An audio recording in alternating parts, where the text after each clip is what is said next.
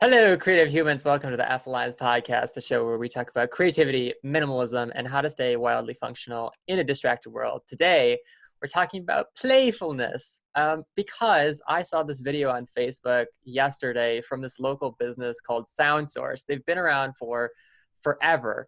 And they sell, like guitar pedals, guitars, drums, all this kind of stuff. And their social media is like out of this world. They posted this video of this woman. I'm not sure if she works there or she's an actor or whatever, but it's very lo-fi. But she's like crawling on the ground towards the sign that says they're doing roadside pickup. Like it's the middle of the desert. And she's like, I just need tone. I've been playing with these crappy guitar pedals for 3 months during the coronavirus pandemic and I just need tone. And then like one of the guys comes out of the door like Jesus or something with this guitar pedal. And I thought to myself, God damn it, this is so good. It's so playful. And the reason I want to talk about it is because like a lot of small businesses and, just us in general, during a pandemic or any time, we kind of like contract, we get boring. And so I want to talk today about like how to get playful, with our businesses and our lives. What's your first thought on playfulness, Kathy? I love playful. Yeah. It's always been my favorite type of ads are playful. So I either like the ads like during Super Bowl that are either really playful or are going to make me cry.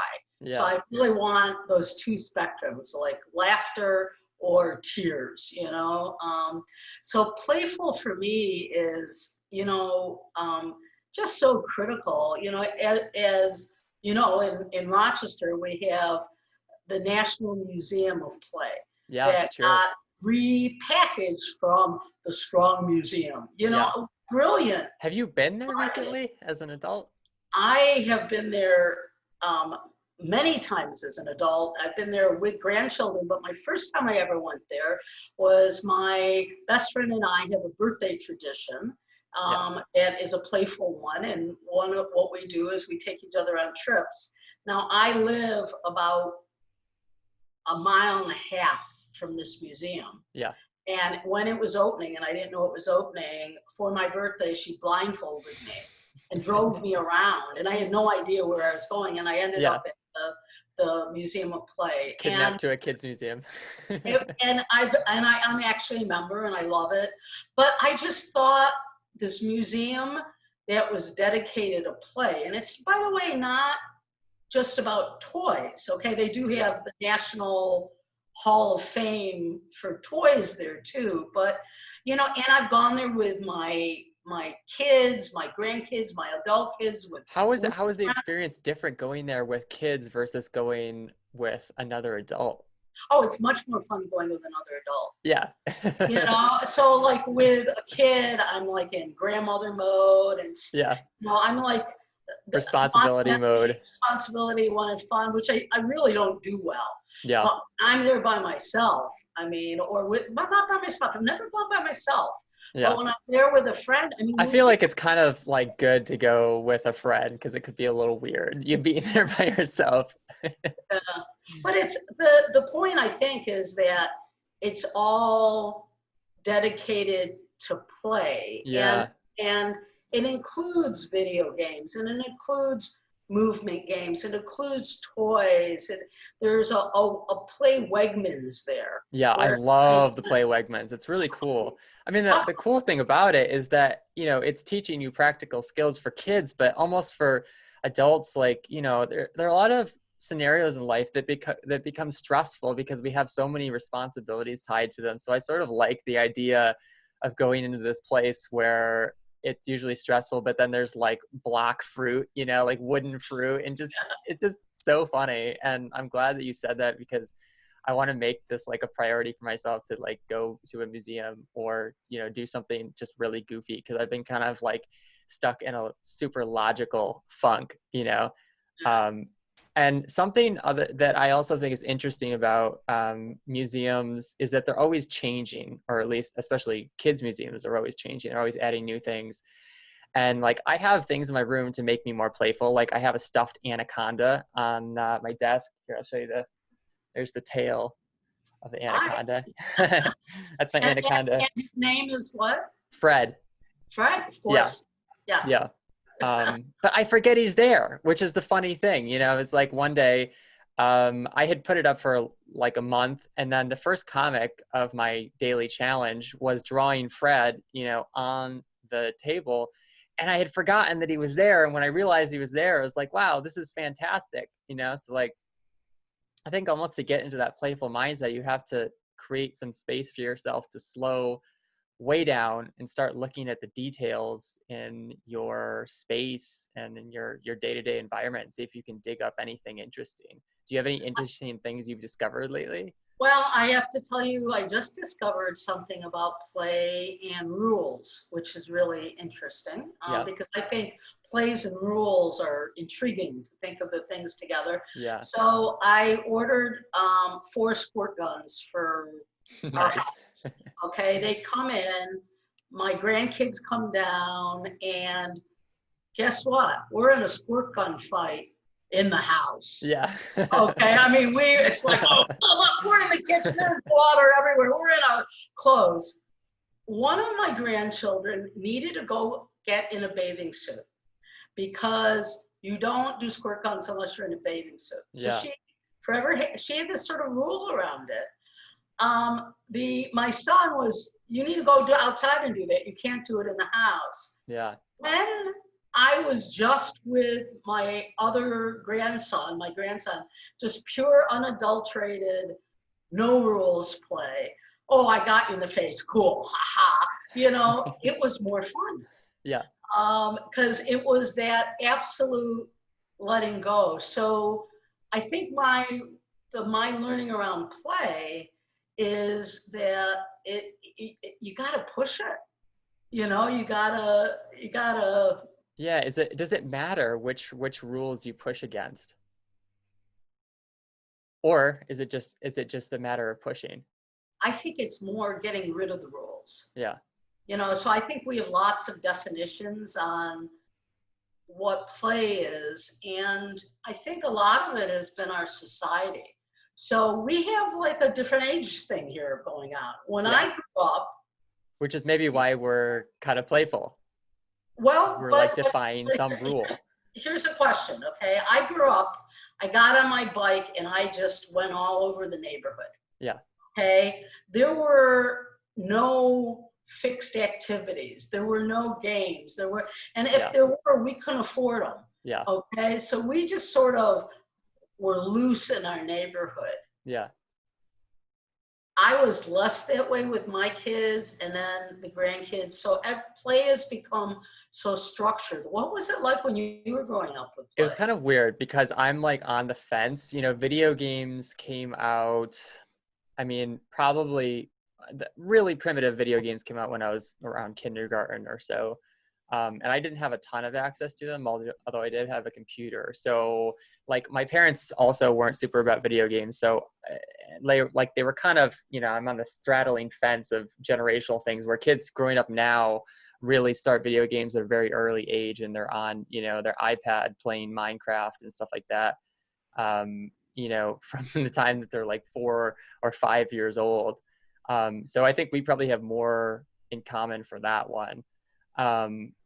I'm wondering when I see this video, like what is the trigger for play? You know, like when I think about a traditional ad, I have all these rules about what I think it should be. And then when I saw this video, there's like a woman crawling on the ground. And you know, it's like that's the trigger. But how do you find that one little like intro, you know, to an ad to play where you're like, now I've got it now I'm into like the playful mode? How do you look for that? Well, I think in that case, for me, the trigger would have been the absurdity of the situation, right? I mean, you know, this woman crawling on the ground. And when I think of other things that have made me laugh in commercials I've liked, there was some level of theater of the absurd or whimsy or something, you know. So it wasn't ha humor. For me, it's never around like there's this one commercial for toy, like the bears with the Oh, Charmin, Charmin, yeah, yeah, the toy. Well, that's playful. All yeah, right, a bunch of blue bears squeezing toilet paper, talking yeah, about poop, and that I don't find it funny. yeah, It doesn't do anything for me. I yeah, mean, it seems contrived, yeah. and but I think it's meant to be playful, I think and how do you really maybe sell like, toilet paper? yeah, maybe I don't know, maybe the recipe for it is starting with like an actual pain point or a problem that your audience has. Like the problem right now is that, oh my God, I'm so bored because I haven't been able to go to Sound Source and pick myself out a new guitar pedal. And so it's like they took that and then it's like, how can we blow this up Right. like out of proportion, so it's almost like you could start out with a piece of paper and you say, okay, here's the problem is boredom. So maybe being a little bit more bored, it's like, oh, I'm bored to tears, or maybe I'm so bored that it feels like I'm crawling through a desert, and it's like the levels, just kind of like pushing yourself like up levels. You start in this little contracted circle of boring, and then you say, okay, how can we level this up? And you get to a bigger level, and then once you get it to a big enough level and you're like, oh, now this is actually absurd. And I think it's pretty funny. So a question for me to you, because you're a cartoonist. Yeah. I think of cartoons as the ultimate playful way of communicating, right? I mean, Yeah. it's right up at the top there. How do you put play into your cartoons? Do you consciously do it? Do you say, I'm going to be playful? What is your process? God, I wish I knew. I wish someone could take a drill and just like take a little thin slice of my brain and figure out, because sometimes I don't know, I mean, that's the thing about play too, is like we do have a lot of responsibilities and stresses and stuff, and like despite our best efforts to try to be creative, like sometimes our brain just resists us. But I think I tend if I want to get into a playful state of mind, I tend to go in the exact opposite place that I think I should be. So if I, like sitting down to work at the computer is like the worst possible place that you can be for coming up with playful ideas. So even if I'm in deadline, it's like the end of the day, like I'm more likely to go for a run or go out for a coffee or do anything other than try to work on the idea. And then it's just like, poof, it just comes into your brain. So it's like feeding, it's like trying to befriend a wild animal, like if you try to go for it, it just runs away from you, but if you kind of like just pretend like you're not even interested in it and you just sit there, like the other day I decided to go outside. I rarely work outside. I don't know why. I should do it more. But I was sitting there and this little squirrel just like came up on a tree, like 3 feet away from me. And we're just like looking at each other. And it's like, this has never happened before, and it's like the squirrel is kind of playfulness. And it noticed that I was in a place where I never was, where it was really uncommon for me to be. And he's like, what's going on here? And it kind of like got his interest, and so you have to kind of get the interest of playfulness, I think. I love that. I love that. I love that idea. I also think back to a discussion we had a couple of weeks ago when you were in a real stuck place. Yeah. And I wonder if the opposite of play is work. So if what you are seeing is what you're doing is work, if you can ever get out of a playful space. So, there's a lot of techniques like in, for example, ad agencies where they have playrooms and ping pong tables and games that are really meant to be their work tools. Yeah. But you Yeah. have to look at them as that you're playing, right? Yeah. They're really playing to get a result. And I wonder how much of when we grow up, we're really taught that there's a dichotomy. Come inside from playing, it's time for you to do your work, right? Yeah. I mean, how many times are we told? So there's work and there's play. Yeah. And I wonder if we're able as people to integrate them more and Yeah. not really separate them if it frees us up for a more playful head. Yeah, I think, It, well, possibly part of the problem with the agency model, I mean, Google started, I don't know if Google started this, but I remember Google was one of the first people who had like slides and, other crazy stuff. But the interesting part, I bet that actually worked in the beginning because it was playful. When they first did it, someone had this great idea of like, hey, let's, put a slide into the office. And I'm sure there was, executives who were like, what? No. So that's where the energy came from. But then other people started copying it. They started copying the ping pong tables.